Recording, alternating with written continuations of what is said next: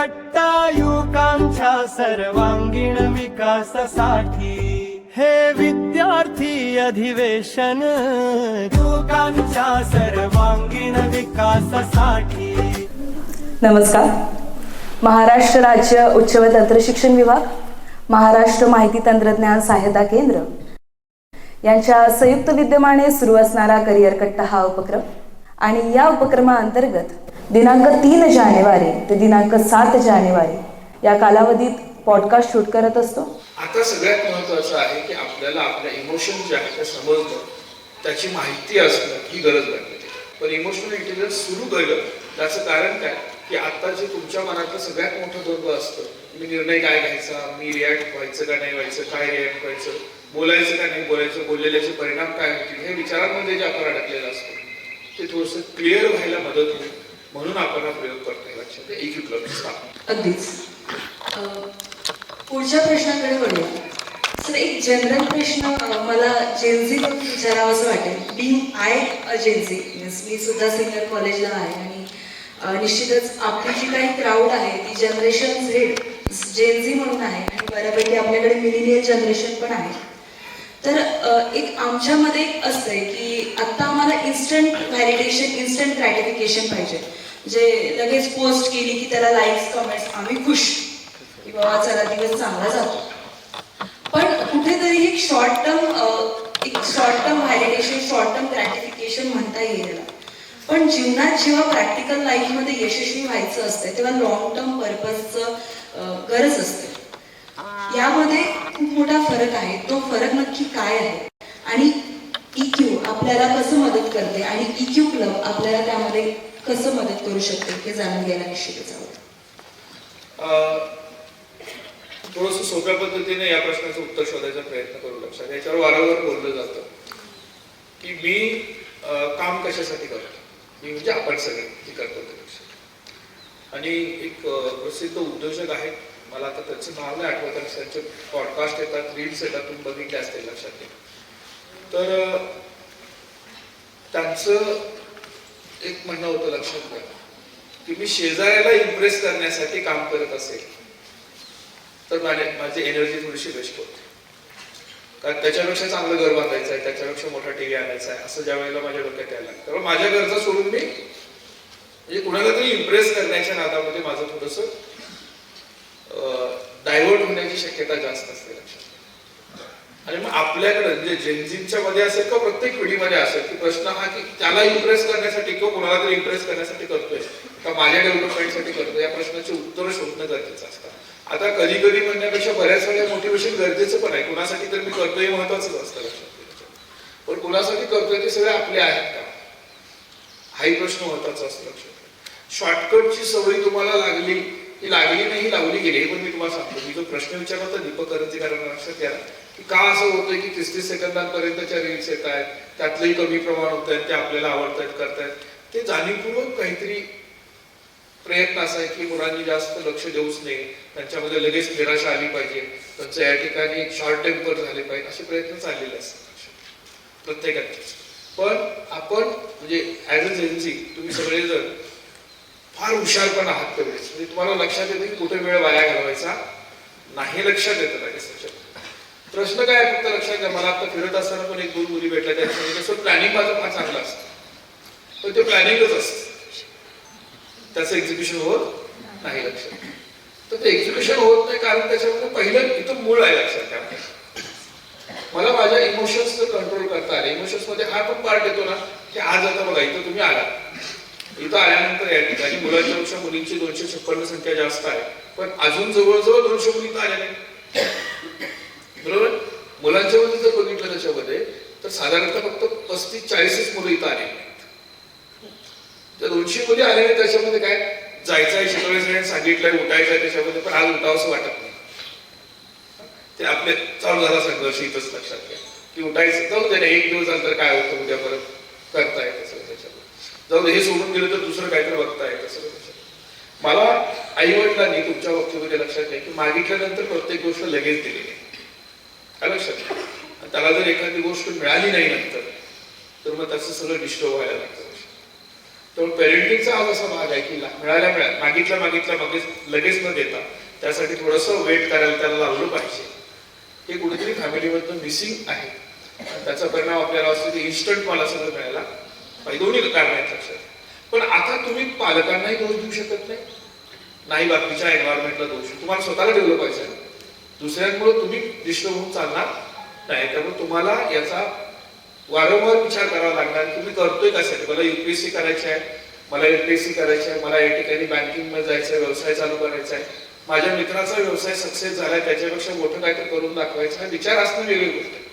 पण त्या विचारांसाठी तुमची मूळची पर्सनॅलिटी UPSC साठी बनलेली आहे आणि तुम्ही व्यवसायामध्ये उतरताही चालणार नाही लक्षात घ्या. आणि म्हणूनच आपण थोडासा प्रयत्न करतो की तुम्ही वारंवार ह्या गोष्टी म्हणजे हे किती लोकांना तुमच्याकडे माहित आहे की EQ नावाचं काहीतरी मोठं सायन्स आहे ज्याच्यावर काम चालतं. म्हणजे आता आपल्याला माहिती समजतं, त्याच्या अगोदर किती लोकांना माहित होतं. करिअर कट्टा जॉईन करण्याच्या अगोदर एक हात इकडे वर आहे, मुलांच्या मध्ये एक हात वर आहे. म्हणजे प्रमाण लक्षात येते किती आहे तुमचं लक्षात. आणि मग आता हे वाढवायचं जर असेल आपल्याला तर तुमच्या सगळ्यांच्या मध्ये पोहोचणं गरजेचं आहे लक्षात. ठीक आहे. अगदीच. आता आपण सगळ्यांनी जाणून घेतलं की EQ किती महत्वाचा आहे आणि जो आपण EQ क्लब करिअर कट्टा अंतर्गत सुरू केला आहे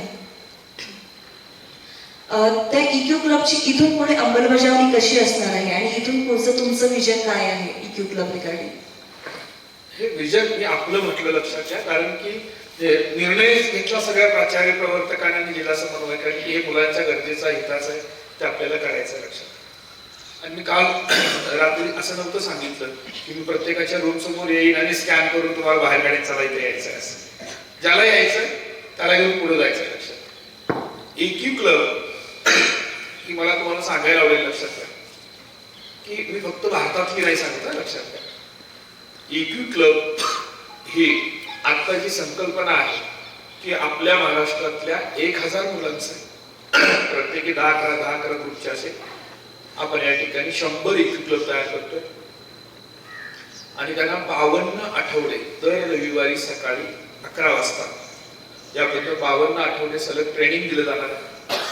काय संकल्पना आहे? पहिल्यांदा तुम्ही आता काय आहात म्हणजे प्री असेसमेंट. तुमचा EQ आता काय आहे हे सांगण्यासाठी 6 सेकंड नावाची जी का अमेरिकेची ऑर्गनायझेशन आहे त्या ऑर्गनायझेशन कडून जी काही या ठिकाणी मान्यता प्राप्त टेस्ट आहे EQ असेसमेंट ती तुमची घेतली जाणार. पहिल्यांदा घेतलीच आहे. त्यानंतर 52 आठवड्याचे तुमच्या ट्रेनिंग असाइनमेंट ह्या कम्प्लीट होती आणि त्याच्यानंतर परत मग या ठिकाणी तुमची पोस्ट असेसमेंट असेल. खर्च किती आहे म्हणजे असेसमेंटला? $31 पर कॅन्डिडेट. आता $31 पर कॅन्डिडेट खर्च असल्यानंतर इथं तुम्हाला सांगितलं करा $31 खर्च करा तुमचं तुम्ही करा. तुमच्यात जे काही म्हणतील सर माझ्या फायद्याचं आहे ना चला मी $31 खर्च करतो आणि करतो. पण काही म्हणतील त्याच्यामध्ये मग प्रायोरिटीचा विषय आला त्याच्यामध्ये तर राहू दे ना नंतर गत्र बघू असं होऊ शकतं. म्हणून या EQच्या असेसमेंटसाठी लागणारे जे काही फंड्स आहेत तर तुमच्या 1000 विद्यार्थ्यांसाठी मला वाटतं $32,000 काहीतरी त्याचा खर्च आहे. तो सगळा खर्च 6 सेकंडला अमेरिकेत एका संस्थेनं स्पॉन्सर केले. स्पॉन्सर केला म्हणजे त्याच्या करिअर कट्ट्याला पैसे देणार नाहीत तर कोणाला देतात. याची जी कॉस्ट आहे त्या टेस्ट ते पे करताय.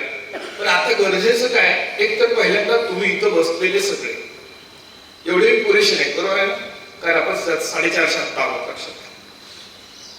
आपल्याला 1000 लोकांचं एक असं स्ट्रॉंग नेटवर्क म्हणजे काय की EQ ज्यांना माहित आहे ज्यांनी स्वतःचं EQ असेसमेंट केलेलं आहे आणि ते इमोशनल बॅलन्स कसं करायचं ते आयडेंटिफाय कसं करायचं यासाठी पुढे जात आहे. ही माहीत असणारी मुलं महाराष्ट्रामध्ये 1000 पाहिजे ती सुरुवात आहे. पण 1000 मुलांचं 1 वर्षाच्या ऍक्टिव्हिटी चालणारा इंटरनॅशनल ग्रँडवर चालणारा हा भारतातला सगळ्यात मोठा प्रोजेक्ट आहे. आणि तो प्रोजेक्ट भारतात का कारण की त्यांचं जे काय इंटरनॅशनल असोसिएशन आहे त्या असोसिएशन मध्ये 23-24 मध्ये जगात सगळ्यात जास्त EQ चा कोर्स केलेली विद्यार्थी संख्या ही महाराष्ट्रात आहे. 22,000 लक्षात घ्या. म्हणजे महाराष्ट्रातली कुठले फक्त करिअर कॅटेगरी आणि 22,000 लोकांना त्याची ओळख झाली. पण ओळख झाली म्हणजे आपण या ठिकाणी फार जिंकला असं नाही. गरज आहे की तुम्ही शिस्तबद्ध पद्धतीने तुम्ही ते समजून घ्यायला पाहिजे. लक्षात घ्या. मला याचा काय फायदा आहे तुम्हाला सांगू. म्हणजे मला काय वाटतं असं त्याच्यामध्ये की डिप्रेशन आलं म्हणून मला दारू प्यायला लागेल असं माझे तरुण करणार नाही. जर त्यांना समजलं तर व्यसन होणार नाही. बऱ्यापैकी विनाकारण होणारी भांडणं कमी होती आणि लाईफ मध्ये चांगल्या पद्धतीची स्टेबिलिटी आपल्याला मिळू शकते. यासाठी हा इक्यू क्लब तुम्हाला महत्वाचा आहे म्हणून आपण केलेलं. लक्षात. मला तुमच्याकडून अपेक्षित असं आहे की जर तुम्ही इक्यू क्लब मध्ये असाल, मी काल सांगितलं ना 1000 दिवस ज्याला द्यायचे आहेत त्याच्यासाठी आपण उद्योजकता विकासासाठी करतोय. पण हे प्रत्येकासाठी ज्याला काहीही करायचं असेल, आई वडिलांनी मिळवून ठेवलेली संपत्ती सांभाळायची जरी असेल तरी इक्यू गरजेचं आहे. बरोबर आहे. आणि स्वतः सगळं कमवून उभं राहायचं असेल तरी गरजेचं असणार आहे. त्या प्रत्येकाने इक्यू क्लब मध्ये सहभागी होणं गरजेचं आहे. त्या इक्यू क्लब मध्ये दोन्ही असेसमेंट स्वतःच्या करून घेणं गरजेचं आहे. तर त्या असेसमेंटसाठी या महिन्यात आपल्याला 15 तारखेच्या नंतर असेसमेंट त्या करायच्या आहेत. लक्षात. आता त्यांचं म्हणणं काय की 1000 लोकांना आपण पैसे दिलेत ना, तर 1000 लोकांनी त्याचा फायदा घ्यायला पाहिजे. नाहीतर पुन्हा भीती माझ्या समोरची काय की पहिल्या असेसमेंटला समजा 400 आले 500 आले, ते म्हणते तुम्ही पैसे 1000चे घेताय, 400 मुलं आहेत, हे काम करू आपण 400च करू, प्रोजेक्ट शॉर्ट करू, असं होऊ शकतं. तर ते कम्प्लीट करण्याचा एक प्रयत्न आपण करूया. आणि सगळ्यात महत्वाचं काय 1000 मुलं आहेत, तर ह्या 1000 मुलांनी तुम्ही तुमच्या कॉलेजमधल्या 100 मुलांच्या पर्यंत हा विषय पोहोचवायचा, त्यांना सांगायचं. आणि मग हा विषय घराघरांमध्ये चर्चेचा येऊ शकतो. आणि मग आई वडिलांना समजेल की हा असं का वागतोय, तुम्हाला स्वतः समजेल की आता वडील माझे असं का वागतायत, आई का वागतोय, मित्र का वागतोय, मैत्रीण का वागते, आणि याला आता कसं हँडल करायचं, त्याला हाताळायला जमलं ना तुम्हाला, त्याच्यामध्ये बऱ्याच गोष्टी आयुष्यामध्ये सोप्या होणार आहेत. लक्षात घ्या. रिॲक्शन आणि ऍक्शन ह्या ज्या काही एकमेकांना पूरक असणाऱ्या गोष्टी असतात किंवा एकमेकांवर अवलंबून असणाऱ्या गोष्टी असतात, तर इथं तुम्हाला इक्यूची मदत होणार आहे. इमोशनल इंटेलिजन्स साठीचा लागणारा सगळ्यात टॉपचे रिसोर्स पर्सन मिथिला मॅडम आपल्याकडे. बरोबर ना. तुम्ही सगळ्यांनी काल त्यांच्याशी संवाद साधलेला आहे. त्या इथून पुढेही आपल्याशी उपलब्ध असणार आहे. रविवारचं सकाळचं माझं सेशन आता बंद झालं गेल्या रविवारपासून. लक्षात. का तर तुम्ही तो डेटाचा प्रॉब्लेम सांगितला होता, तर मॅडम आता सकाळी 11 वाजताचं सेशन घेत आहेत आणि तुषार शिंदे सरांचं संध्याकाळी असणार आहे. तर ते वेगळं करून तुमच्या मधल्या प्रत्येकाने ज्यांना शक्य आहे, पुन्हा तेच म्हणतो की स्वतःशी पहिल्यांदा विचारा स्वतःला, दर रविवारी 1 तास स्वतःच्या डेव्हलपमेंटला मला देता येईल. आणि जर द्यायचं असेल तुम्ही त्याच्यामध्ये तर आज तुमचे शिक्षक इथं आले, त्या सगळ्यांना रिक्वेस्ट करायची की माझं इक्यू क्लब मध्ये नाव नसेल तर नाव टाकायचं. बरोबर. म्हणजे तुमचं नाव टाकलं इक्यू क्लब मध्ये, त्यांच्याकडून नावं आली तर एक 2 क्रेडिटचा कोर्स आहे करिअर कट्ट्याच्या प्लॅटफॉर्मवर. तो रेकॉर्डेड कोर्स करणार असेल तर रेकॉर्डेड मॅडमनी तयारी दाखवली, पुन्हा शिकवतो म्हणतात मॅडम तुमच्यासाठी. लक्षात. त्याचा जो काय मानधनाचा आणि याचा खर्च आहे तो करिअर कट्टा करेल. पण पुन्हा एकदा जर कोर्स तो आपण केला कम्प्लीट थोडासा फास्ट फॉरवर्ड मोड मध्ये, लक्षात घ्या, तर तुम्हाला ती पहिल्या बेसिक कन्सेप्ट समजतील. मग तुमची असेसमेंट कम्प्लीट होईल. असेसमेंट नंतर 1 वर्षामध्ये तुम्ही अभूतपूर्व एक वेगळा अनुभव घ्या मित्रांनो. लक्षात घ्या. म्हणून इक्यू आपल्याला वर्षभर अशा पद्धतीने चालवायचं आहे की पुढच्या वर्षी अधिवेशनाच्या काळात आपण त्याची असेसमेंट होऊ शकतो. वर्षभर जर व्यवस्थित चालला तर. लक्षात घ्या. हे करिअर कट्ट्याचं इक्यूचं पुढचं प्लॅन. अर्थातच निश्चित आपल्याला या इक्यू क्लब मधून भरपूर सगळ्या गोष्टी शिकायला मिळेल. आणि जे सरांनी लॉंग टर्म विजन प्लॅनिंग आपल्यासाठी केलेलं आहे ते सगळं आपण फलकृत करूया ही अपेक्षा बाळगते. आणि आजचं हे पॉडकास्ट सेशन इथे संपलं असे जाहीर करते. खूप खूप धन्यवाद. करिअर कट्टा युवकांच्या सर्वांगीण विकासासाठी.